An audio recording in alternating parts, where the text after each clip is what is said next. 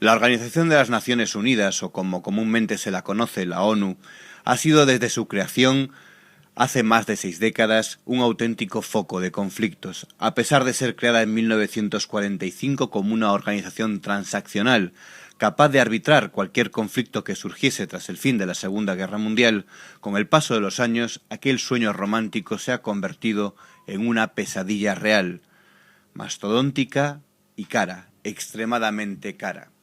Es el inicio del libro del escritor Eric Frattini, en el que pone negro sobre blanco los episodios más vergonzosos de esta organización nacida para la paz y la concordia, pero que, como demuestra Frattini en el libro, ha sido parte en guerras en África, acusada de abusos a menores y a algunos trabajadores de la propia organización, extraño juez en la Guerra Fría o personaje principal en malversación de fondos en programas tan delicados y conocidos como el célebre Petróleo por Alimentos. Hoy en Periodista Digital hablamos con Eric Frattini sobre esta historia de la corrupción.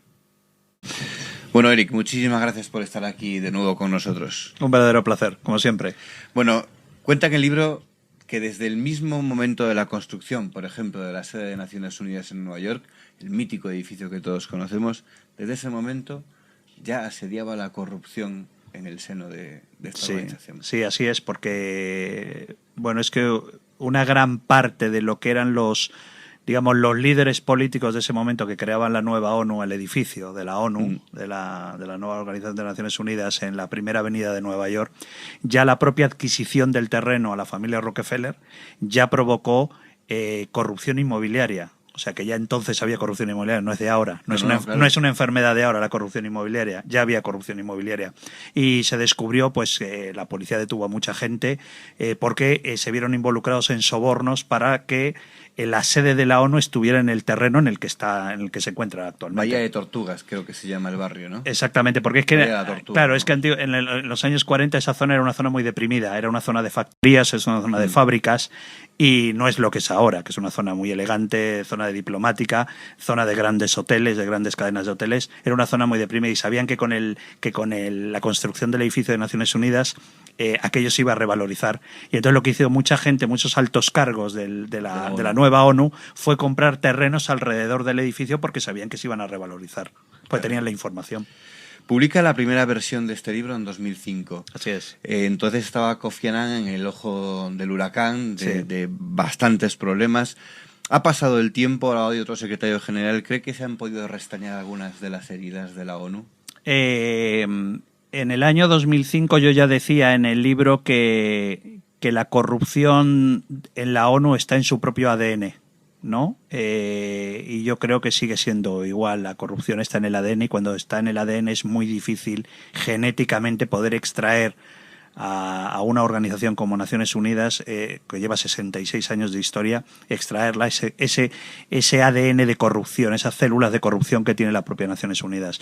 Una de las cosas que yo destaco en la nueva edición del 2011 es la carta que le envía la directora saliente de la OIOS, la Oficina de Servicios de Vigilancia Interna, que es una especie de policía de asuntos internos dentro de la ONU, se llama OIOS, donde ella le envía una carta al secretario general, a Ban Ki-moon, explicándole que ella se va absolutamente deprimida, está publicada la carta en el libro, porque no han conseguido reducir ni la mastodóntica administración que tiene la ONU, ni la corrupción que anda por sus anchas por los pasillos de Naciones Unidas.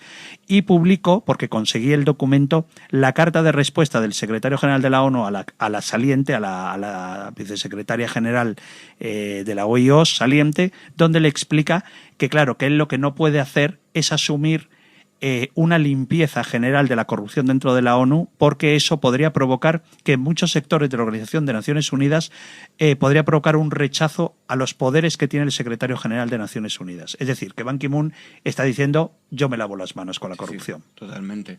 Porque en su libro también se recoge, cuando todavía Kofi Annan era secretario general, una serie de propuestas que él hizo para reformar la... Sí, pero en la última etapa. En su última etapa, como bueno, vamos a intentar reformar, sobre todo recuperar ese respeto que se había perdido a la bandera azul de la ONU, ¿no? Y se ve una serie de puntos que uno los lee y dice, bueno, pues hombre, la intención es buena, ¿por qué no iba a salir así, no? ¿Por qué no iba a salir bien, ¿no? Pues no sale porque los dos mandatos que tiene Kofi Annan, yo se lo explico, los dos mandatos que tiene Kofi Annan, en el primer mandato a él se le pide que, por favor, ante la llegada de los 50 años de Naciones Unidas, se establezca unas medidas para empezar a controlar el tema de la corrupción galopante que hay dentro de Naciones Unidas. ¿Qué pasa? Que él no asume absolutamente ninguna de esas reformas. Cuando él ya sabe que los norteamericanos no le van a apoyar para un tercer mandato, ya te estoy hablando del segundo mandato, él es cuando empieza a mostrar signos de que quiere ver la posibilidad de hacer cambios con tema de la estructura corrupta que tienen las Naciones Unidas, que existe actualmente, es una corrupción galopante, ¿no? ¿Cuál es el problema? Que de repente Kofi Annan se ve envuelto en el mayor caso de corrupción, no de la historia de la ONU, sino de la historia política, que es el programa de petróleo por alimentos famoso, donde se descubre que el hermano de Kofi Annan está involucrado en la corrupción del petróleo por alimentos con el pueblo iraquí. El hijo, Kojo Annan, también está involucrado. Su cuñado también está involucrado. Su mejor amigo Vernon Shevam también está involucrado. Entonces, claro, es el momento en el que él ya se da cuenta de que por más que él salga con esa cara que tiene, sí, de que vamos a limpiar la ONU de la corrupción, nadie le va a creer. ¿Qué pasaba en el programa de petróleo por alimentos? Bueno, el programa de petróleo por alimentos fue cuando se establece el embargo a Irak de Saddam Hussein. Después de la guerra del Golfo se le establece un embargo de venta de crudo y se le permite, ante la situación extrema que está viviendo la población iraquí, que no tiene ni alimentos, ni medicamentos, ni productos de primera necesidad, la ONU abre un poco el grifo y se le permite vender un número X de barriles de petróleo para que con ese dinero poder cubrir con petróleo por alimentos, es decir, alimentos, medicamentos para la población civil. Que compre con ese dinero, sí, esos productos, sí. ¿Qué pasa? Empiezan a aparecer se descubre que Irak, en vez de sacar a lo mejor 120.000 barriles, está vendiendo 280.000 barriles, de los cuales 160.000 barriles se está dando a gente importante, muchos de ellos familiares del propio Kofi Annan, familiares directos de Kofi Annan, para que se venda en el mercado negro y ese dinero, el dinero que se conseguía de esa venta ilegal de barriles de crudo, parte iba para la administración de Saddam Hussein y parte era para la persona que hacía la intermediación. Hay una lista que se llama la lista Almada, donde se nombran a casi más de 200 instituciones creo que de 23 países responsables de ese comercio ilegal de petróleo en el programa de petróleo, que yo publico la lista entera, incluido en España. Claro, también este sin duda, como dice, fue el caso más conocido, el más polémico y el más reciente también. Quizá por eso todos lo tenemos más fresco en la memoria, pero sí es cierto que da la impresión de que es solo la punta del iceberg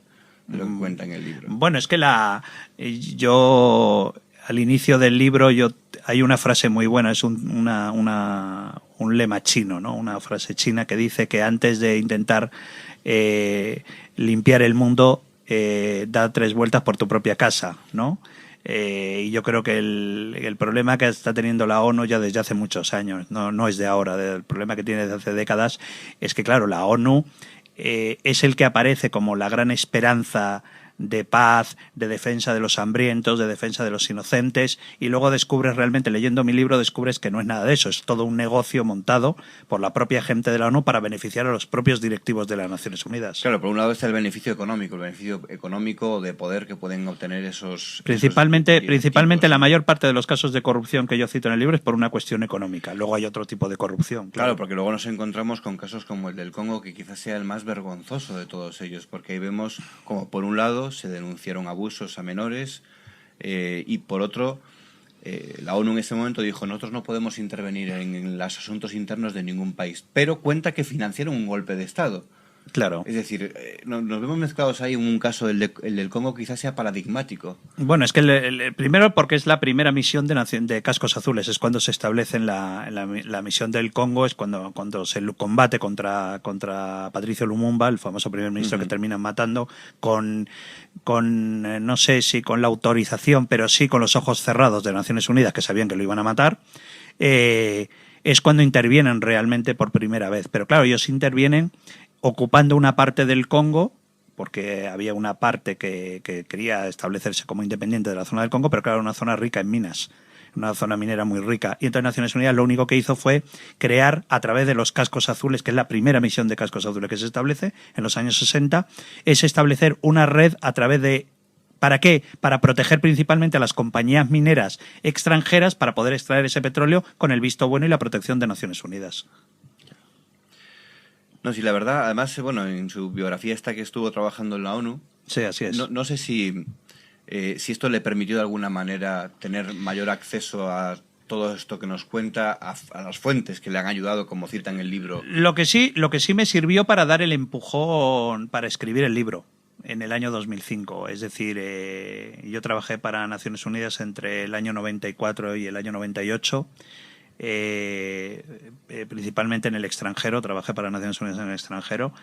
Y claro, yo ahí ya te dabas cuenta, cuando hablabas con otros compañeros tuyos de Naciones Unidas, veías la corrupción galopante que había dentro de Naciones Unidas. Pues, por ejemplo, yo estuve en Ruanda cubriendo para la televisión de Naciones Unidas el conflicto de Ruanda, y no llegaba una cosa tan sencilla como eran las vacunas de penicilina, por ejemplo, las vacunas para los niños contra la malaria. Y no llegaban sencillamente porque había un miembro de Naciones Unidas, un alto cargo de Naciones Unidas en el Congo, que lo que hacía lo vendía en el mercado negro, las dosis que se daban gratuitamente, que se debían dar gratuitamente y poner a los niños gratuitamente. Había un alto cargo, un sinvergüenza, que espero que lo hayan degollado en el Congo, lo que hacía lo vendía por debajo al mercado negro. Entonces, claro, nunca llegaban a los niños y, claro, este tipo se enriqueció. Un protegido de Boutros Ghali y de Kofi Annan, que yo no solamente que lo cito en el libro con nombres y apellidos, sino que hasta publico su fotografía, por si acaso alguien lo ve. Y en su día, cuando publicó esta primera versión, ¿no emprendieron acciones legales o de otro tipo contra usted, sabiendo que había estado trabajando dentro Hubo una intentona por parte del ACNUR, del Alto Comisionado de los Refugiados en Ginebra, de demandarme. Yo le cuento que cuando yo publico este libro, la primera edición de este libro la hace Espasa Calpe, el Grupo Planeta, ¿no?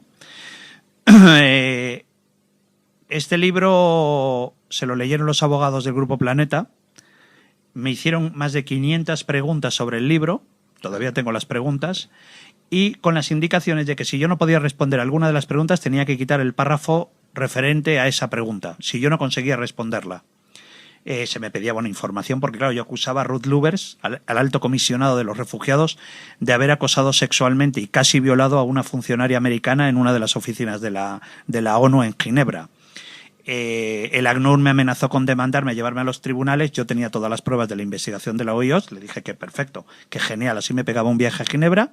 Y finalmente el tema no evolucionó, no fue a más, porque Ruth Lubbers tuvo que dimitir. Después de haber estado mucho tiempo protegido por Kofi Annan, finalmente tuvo que dimitir porque no era una, eran 8. Eran 8 funcionarios a las que le había acosado sexualmente. Y tuvo que dimitir. ¿Y pudo responder usted a las 500 preguntas que le menos una. Hubo una que no pude responder. ¿Podríamos saber cuál es? Una sobre referente a un caso de la caja negra, de una caja negra de un avión. Una de un Falcon que dijo usted que apareció en un armario. Sí, efectivamente. En la ONU, que era el avión de un presidente africano, además, ¿no? fue un caso muy famoso porque en el año 2004 un avión en el que viaja el presidente de Ruanda y el presidente de Burundi, cuando va a aterrizar en el aeropuerto de Kigali, alguien lo derriban con un cohete antiaéreo. Mueren los dos presidentes dentro del avión con la tripulación francesa, y aquello fue el detonante para la crisis de los Grandes Lagos que provocó las matanzas en Ruanda, ¿no? Envían a un equipo de las fuerzas de pacificación, de seguridad aérea de las fuerzas de pacificación, para que investiguen el incidente y que recuperen las cajas negras del avión. Te estoy hablando del año 94. Vale. ¿El problema cuál es? Que no encuentran las cajas negras del avión. ¿Vale? ¿Dónde están las últimas conversaciones del piloto con la torre de acercamiento cuando se acerca el avión al aeropuerto de Kigali? Y donde parece ser que uno de los pilotos, un comandante francés, dice que está viendo una luz que se está acercando a ellos. Es un cohete que les han disparado. Bueno, la caja negra no aparece por ningún lado, no aparecen los restos del avión, y la caja misteriosamente aparece en el año 2004, es decir, 10 años después del derribo del avión, en un armario abandonado de la primera avenida de Nueva York, en el cuartel general de las Naciones Unidas en Nueva York. Y claro, los abogados de Espasa en ese momento me dijeron que tenía que demostrar lo que yo estaba diciendo, porque lo que yo venía a decir en ese capítulo era que había habido un encubrimiento por parte de Naciones Unidas de ese incidente. No se sabe por qué, pero fue así. Y claro, no tenía el documento para demostrarlo y tuve que quitarlo. Cosa que después me llegó el documento y aparece todo el caso con el documento, aparece en esta nueva edición. Esos casos que han podido ampliar e incluso poder publicar en esta ocasión respecto a 2005. Lo de Ruanda fue la terrible matanza entre Hutus y Tutsis. Sí. Por lo que cuenta, quiere decir que la ONU, cascos azules, que son los que tienen que evitar conflictos en el mundo, está en su carta fundacional, sabían que iba a ocurrir y ¿por qué no quisieron evitarlo? Es que si lo digo, la gente va a pensar que estoy de cachondeo si le respondo a esta pregunta. Primero hay que decir que en el conflicto de Ruanda hubo 800.000 muertos. Fue el conflicto de Ruanda, provocó casi 800.000 muertos. Había un general canadiense, el general Romeo Dallaire, que era el comandante en jefe de UNAMIR. UNAMIR eran las fuerzas de Naciones Unidas en Ruanda. Romeo Dallaire lanza una comunicación urgente, un telegrama urgente al vicesecretario general de Naciones Unidas para Fuerzas de Pacificación, que era el señor Kofi Annan, el inepto Kofi Annan, diciéndole que han detectado las fuerzas de pacificación que las milicias hutus se están armando y comprando armamento para comenzar un genocidio contra las tutsis, contra la minoría tutsi, y que ya tienen que intervenir para hacer algo y paralizar el armamento, empezar a detener o a requisar. Se lanza un informe, el supuesto telegrama de Romeo Dallaire al cuartel general de la ONU tiene 2 páginas, ¿vale? ¿Qué pasa? Naciones Unidas se lava las manos y no hace absolutamente nada. Error, 800.000 muertos que se provocan en la crisis de Ruanda. La explicación que se da es que el señor Kofi Annan dice que ese telegrama es falso, que no existe ese telegrama, que el general Romeo Dallaire jamás envió ese telegrama. Y yo conseguí la copia del telegrama y la publico en el libro. Entonces la siguiente explicación que se da el señor Kofi Annan es que, claro, él no detectó la llegada de ese telegrama porque se encontraba fuera de Nueva York. Un telegrama avisando de un posible genocidio. De un genocidio con 800.000 muertos. Y la explicación que da el señor Kofi Annan, comandante en jefe de las Fuerzas de Naciones Unidas, es que él en ese momento, cuando se recibe el telegrama, no estaba en Nueva York. Es decir, que tenemos que plantear que no existen teléfonos móviles en el 2005, que claro, que en el año 94, cuando comienza el genocidio, pues no había ningún tipo de comunicación con el secretario general, no había teléfono, no existían los teléfonos para poder comunicar de que ha llegado una alerta de máxima seguridad diciendo que va a haber un genocidio. Y entonces no se hace nada. Y entonces eso fue una de las últimas salidas, cuando ya se sabe que Kofi Annan no va a tener un tercer mandato. Él da un discurso donde dentro de ese discurso, él con lágrimas en los ojos, es el mismo señor que ha estado aquí interviniendo en la mediación del conflicto vasco, ese señor con lágrimas en los ojos dice que lo siente mucho y que fue uno de los grandes errores de Naciones Unidas. Pero usted pudo llegar a alguna conclusión de por qué se desoyó o no se leyó, mejor dicho, yo creo que no tanto por una cuestión política como sí por una cuestión de dejadez, de no de absoluta manos cruzados y brazos cruzados y no intervenir en un conflicto en África. Si no había ninguna razón espuria detrás, simplemente decir, yo creo que no. Ahí no voy a entrar. Yo creo que no. Porque en general todos tenemos la impresión de que la ONU pues vela por los derechos humanos, evita los conflictos, incluso puede mediar en un conflicto para acabar con él cuanto antes. Así está, estos son puntos de su carta fundacional. Pero claro, su libro en este sentido y lo que nos cuenta ahora es bastante descorazonador.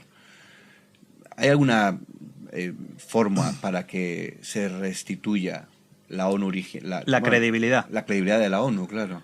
A ver, yo siempre lo explico así. La ONU es el edificio de la ONU, cuando me refiero al edificio no a la sede central, al cuartel general, sino a la ONU en general.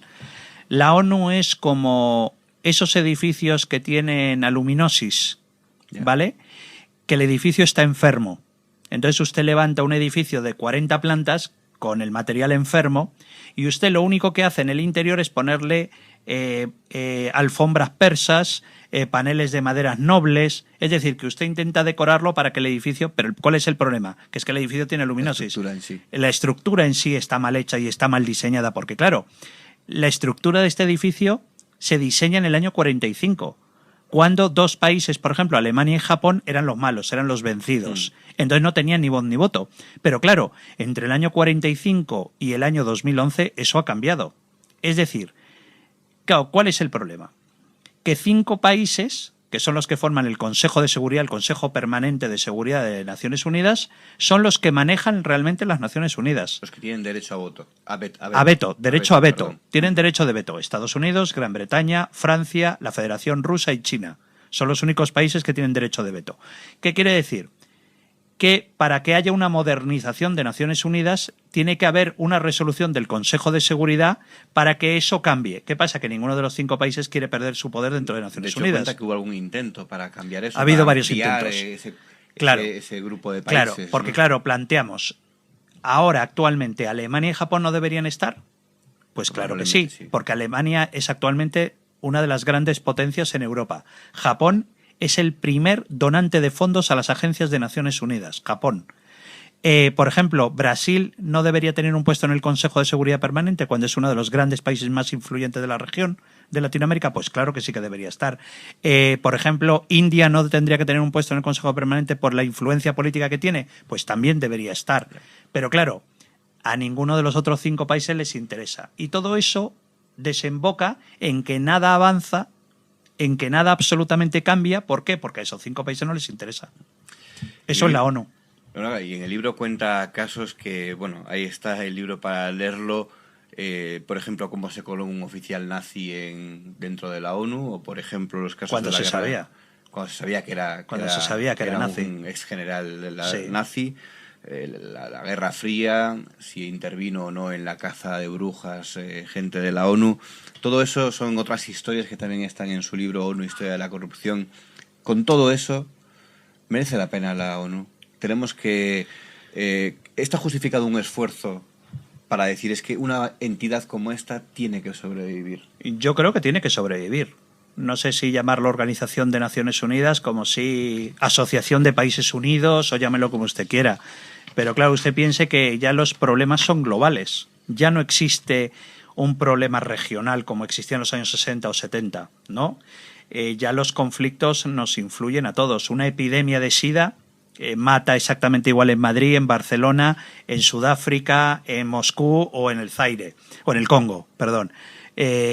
Un conflicto armado ya influye en muchísimos países. Un conflicto energético influye en muchísimos países. Entonces ya, digamos que los países son globales. El calentamiento de la Tierra es un problema global que nos afecta absolutamente a todos.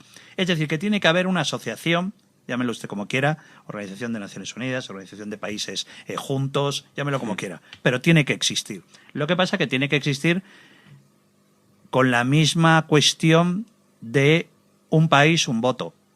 Lo que no es normal es que actualmente 5 países controlen toda la Organización de Naciones Unidas cuando muchos de esos países tienen mucho que desear en materia, por ejemplo, de derechos humanos. Es decir, China no es un país que sea especialmente maravilloso por su defensa del respeto de los derechos humanos. La Federación Rusa absolutamente tampoco es una gran defensora de derechos humanos. Es decir, que hay que revisar el problema, que es que nadie quiere revisarlo porque se encuentra con el muro de esos 5 países. Pero a la gente de la calle no cree que estas cosas de la ONU como que... Les da igual. Está ahí, qué bonita la ONU, qué chula la bandera azul. Quizá hace falta un purrito desde la sociedad de decir, oiga, que lo que usted cuenta es necesario. Es necesario que haya un grupo de países fuerte. Bueno, es que yo creo que vivimos en una sociedad donde ya la corrupción está tan aquejada y tan metida dentro de la propia sociedad que ya la propia sociedad se está inmunizado.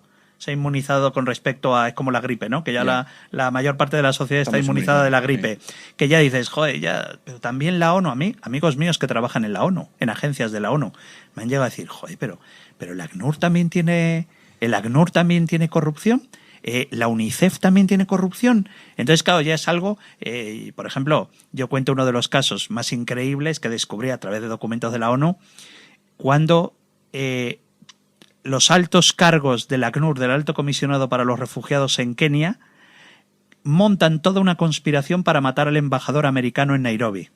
Porque el embajador americano en Nairobi estaba ya dando toques desde la embajada al Departamento de Estado diciéndoles que había grandes casos de corrupción dentro de los altos cargos del ACNUR en Nairobi, en Kenia.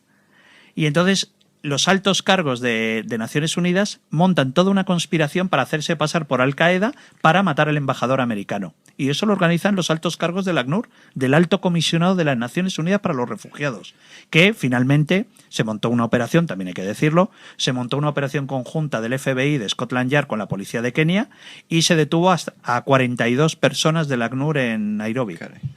Bueno, medicamento contra la apatía que a veces sentimos respecto a la corrupción está este ONU Historia para la Corrupción, sin ninguna duda. Eric, gracias por estar aquí. Nada, un verdadero placer.